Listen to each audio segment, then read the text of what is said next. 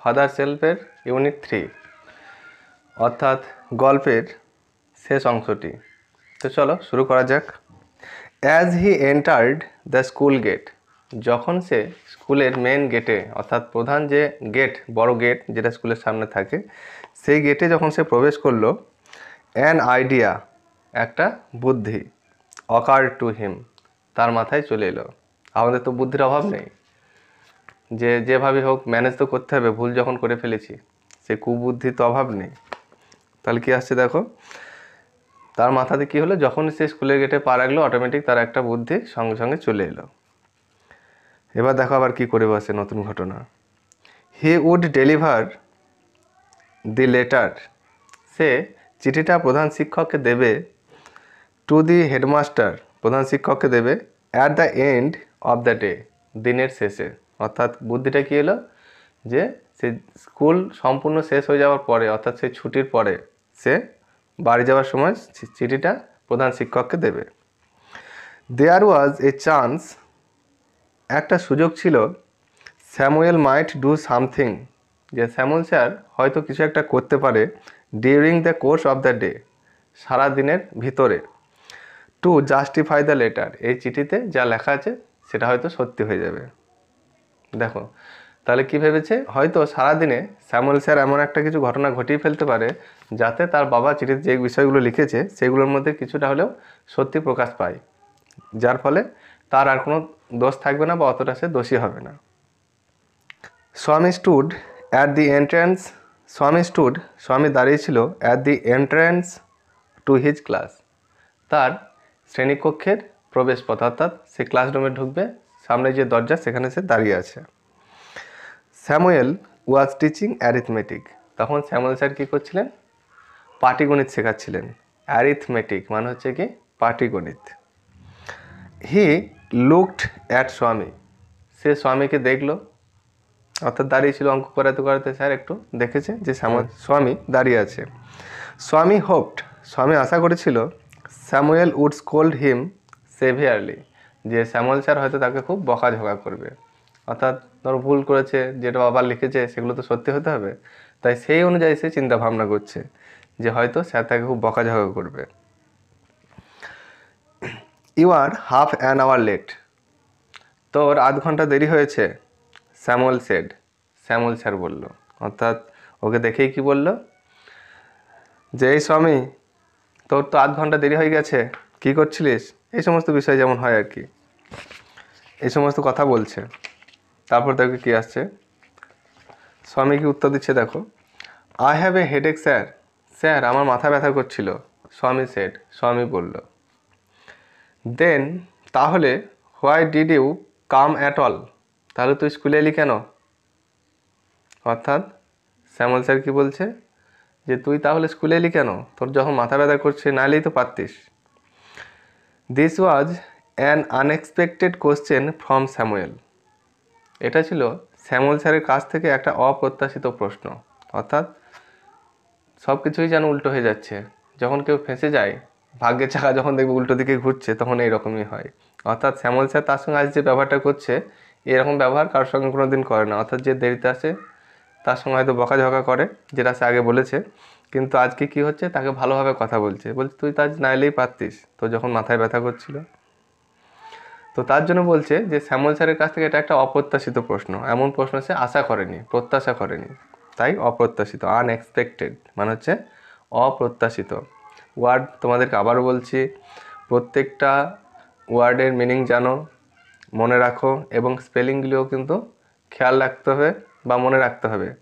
এই সমস্ত ওয়ার্ডগুলো নেই যখন দেখো আমরা কোশ্চেন ব্যাংক করব বা টেস্ট পেপার করব বা পরীক্ষাতে তো আমাদেরকে লিখতেই হবে ধরো, তো তখন বেশিরভাগ ওয়ার্ড অর্থাৎ 80 থেকে 85% ওয়ার্ড কিন্তু আমরা এই টেক্সট থেকেই ব্যবহার করব, খুব সহজ হবে। তোমরা যদি একটু মনে রাখো কিছু কঠিন হবে না, তোমাদের পরীক্ষা খুব ভালো হবে এবং তোমরা খুব সহজেই লিখতে পারবে।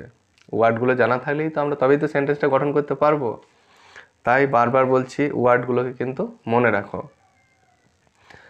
তার সঙ্গে স্পেলিংও। চলো টেক্সটে যাই। স্বামী বলল, মাই ফাদার সেড, আমার বাবা বলেছে, I should not miss school sir, আমার স্কুল কামাই করা উচিত নয় স্যার।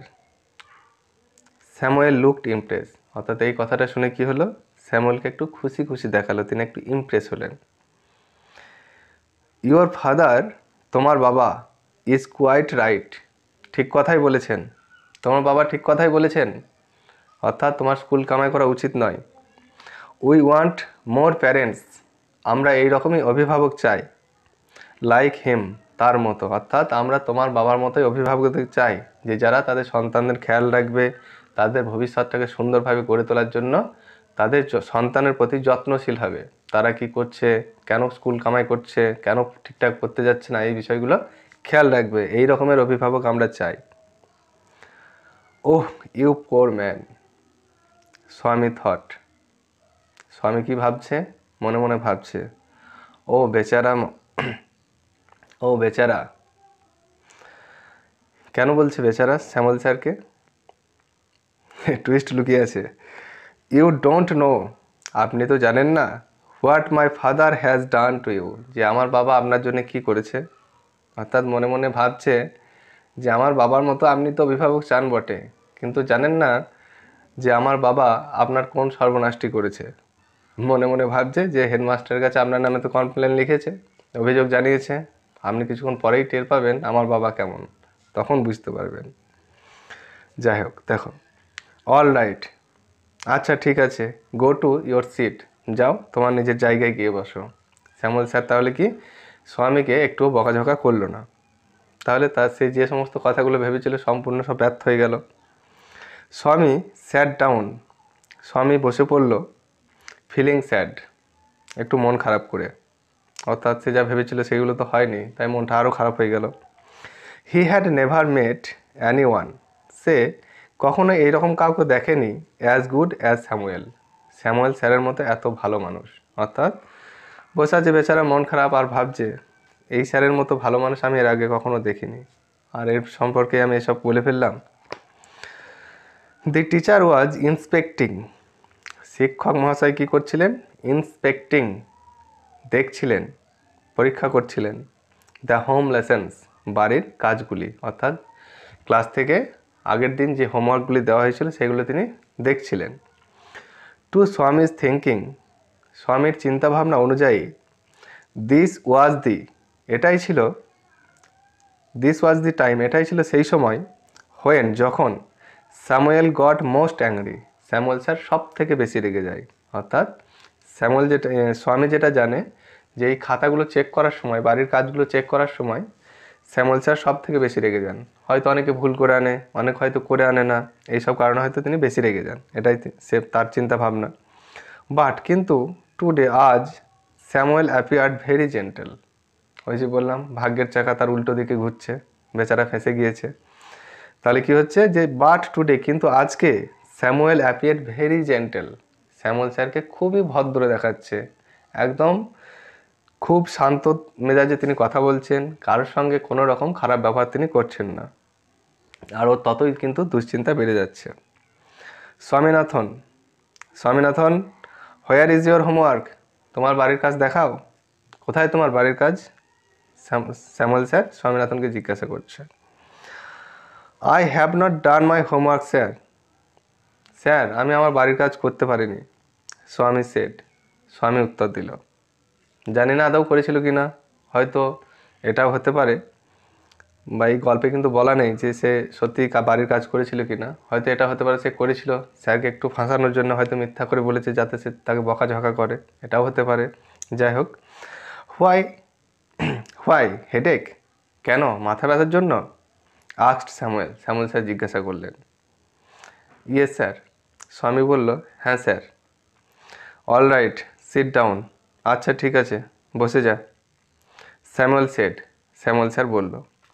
তাহলে স্যামুয়েল স্যার তাকে বাড়ির কাজ করেনি, দেরি করে এসছে, তাও কিচ্ছু বলল না, তাকে ভালোভাবে বসতে বলল। হোয়েন, যখন, দি বেল র্যাং, ঘন্টা বাজলো,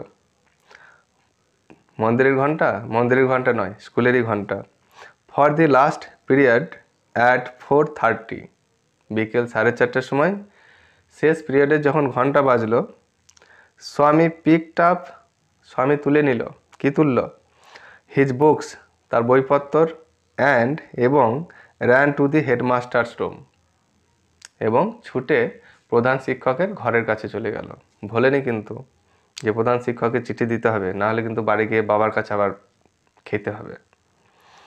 he found the room locked, তাহলে হি ফাউন্ড, সে দেখলো দ্য রুম লকড, ঘরটাতে তালা দেওয়া আছে।